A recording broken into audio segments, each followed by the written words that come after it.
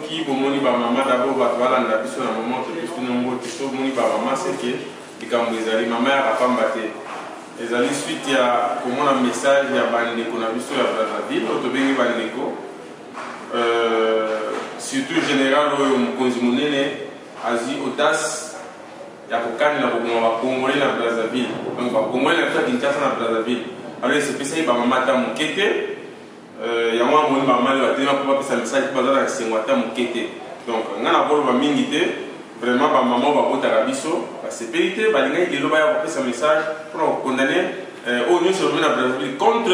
Congo ya Kinshasa donc Congo na Kinshasa comme na wala papier mutu sa bol les gars betia mo sa bo kinango to le melo côté pour ba meme et alors trop c'est toi maman ba dire faut ba quand même quelque chose en tout cas ba c'est un message donc sans plus tarder na éviter maman kapinga wazana ou ko pesa message voilà on a ba maman bon et le comment na ko le bezali kaya que to sepelite biso ba maman tozali ba maman biso to botaka mwana mobali to bota mwana mwasi alors comment la ke ba maman bazali milieu na monde ba femme violée bazo violer bango na ba militaire na biso ya Afrique bazo violer ba maman bazo beta bazo tika bango mutakala to sepeli na biloko na ata mukete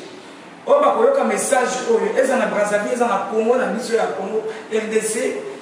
bako basi na bango ba militaire bako koyeba na ba gouvernement wana légitime wana bako kosona batu na bango ba militaire o ba le bakeza force na bango o ba bata bango na pouvoir ba yebisa bango bata ko humilier biso ba maman ba bomi biso mingi ba fele biso mingi ti ba ko bimisa biso devant bana na biso ya mibali ya basi na kati ya ba Facebook mutakala devant batu nyonso tozo sepela na moté alors eloko mona ko ba pe pona général oya Congo Brazzaville oya uchi koyo ba kia koboma ba Congolais na kati ya Brazzaville ayeba que liloba ya lobi wana est-ce que koboma ba Congolais nyonso ndenge ya lobi wana to sepeli na moté ayeba que mapinga basala ko ebatela batu mapinga basala ko eboma batu te et je l'ai battu et humilié ma maman congolaise il y a la Brazzaville à Congo il y a Kinshasa te yango moni ke to pesi message oyo biso mama ya Belgique per diaspora to sepelité et celle biso soni bana biso bazotala na ba Facebook bana biso bazokende ba classe ba ninga bango ba ko sepela te na ndenge ko mona maman congolaise et la Brazzaville parce que zali mabele moko bakabola kinde biso maman congolaise azala humiliée devant une caméra na mibali biso to boti to kena hôpital to komi bango 9 mois ya zemi okena na hôpital okeni na pasi obimisi le loi te mission devant nous est-ce que banité wana babotama na bana basité eloko na kotoka mutuna na sengi na bakozi na bango baye bakotalisa makambo oyo to reporter bango plainte pour la humiliation bazo devant ba maman bakonzi la Brazzaville la Congo Brazzaville et la Kinshasa bon parce que eleki tolini ba maman za humilier lisuté to reporter plainte de ma président de la République wana oyo bazomona ke bazotika ba mapinga na bango ba humilier biso ba maman congolaise yango moto ye ale to sepeli ata mukete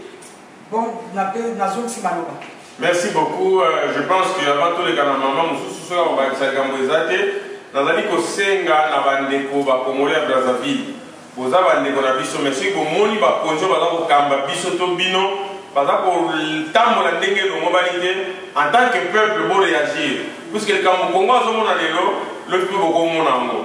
Libya mona ka yango Kadhafi la zawapi donc naza ko senga na jana denge soki denge yo mto yeba kombola yo okazali que peuple congolais azanyama Congolais ya Brazzaville azandenge mona peuple congolais ya Kinshasa donc soki mona que peuple congolais oyo awuti na Kinshasa aza nyama yo bomaye lokola ndeko lobaki boma za ero tika nyoka alo yebake na Congo pe ya Kinshasa ba Congolais Brazzaville balaka awa na kote pe bozali toza kosenga na gouvernement congolais Brazzaville d'abord bo réagir bo senga excuse na makambo mo condamner na lobi so bo senga excuse te tozo senga sina gouvernement congolais ya Kinshasa bo réagir à propos ya général wana so ki bo sali ya mote alors sur la diaspora wa à disposition na biso combat na biso contre bato ba occuper pouvoir na biso et vous allez ensemble na bino bato Brazzaville pour un message na bino ya un ya ko ma congolais ya ngona na ko lancer message na diaspora na biso congolais place tozwa mi bandeko eza na France na londres partout tokende kotelema baambassade ya congolais brazzaville bazali obligé à kosenga pardon na peuple congolais à Kinshasa na message en général na bango azali kotina mpona komama bacongolais na biso ya Kinshasa toza banyama te toza bambwa te kwasaka na biso donc c'est le moment bosenga excuse et puis tosengi na bato balobaka mingi na kati ya Kinshasa oyo balinga kosupporter pouvoir d'occupation c'est le moment pour réagir totala bino pour réagir kaka mpona bakombata to bandeko bana diaspora yango na congolais ya brazzaville basakani na biso bozoloba nini avant biso to réagir donc napesi malobi ba mama soki oza likambo koloba na oyo nyonso omona te nazali koloba kaka ndenge bandeko bauti koloba mpona nini mama congolaise akomi lokola nyama bakonzi na biso bozali wapi na ndenge bomoni ke na Facebook bazali kotika mama congolaise bolumbu esalama te mama azali mama mpe mama azali na bosomi na ye ya kozala mama aboti bino bato bozali kuna na kati ya gouvernement bakoki kotika mama congolais bolumbu boye te ndenge batiki biso nazali na mai ya miso ya kolela mpona mama congolais ndenge atikali bolumbu na mboka Gaza antuka boyokela biso bamama mawa po niveau tokomi congolais akomi na pasi moko mama congolais baboma mabe batika bolumbu mabe antuka mai ya miso ezali kotanga biso ezali kotanga biso antuka botalia biso likambo oyo tolembi mpona Congo République démocratique du Congo antuka biso bamama toyoki pasi makasi merci nakobakisa boye elakisi ke ye Sassou Nguesso président ya Congo atala likambo oyo tosengi atala likambo oyo batiki bamama bolumbu tosepeli nango te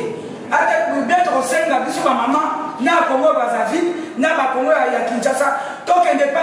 ya ambassadeur awa na balabalo ya côté ya botanique tosenga manifestation de l'ambassade ya Congo Brazzaville parce que trop c'est trop et puis na gouvernement ya Kinshasa illégitime wana eta likambo ya militaire oyo